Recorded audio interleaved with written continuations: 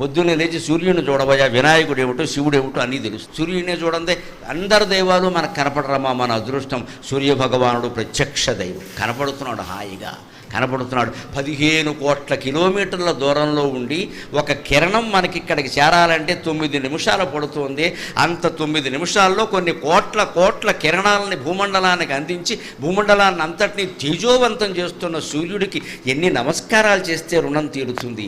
అందుకే హిందువులు కనిపెట్టిన ఒకే ఒక యోగాభ్యాసం సూర్య నమస్కారం. యువతరం అంతా అది చెయ్యాలి.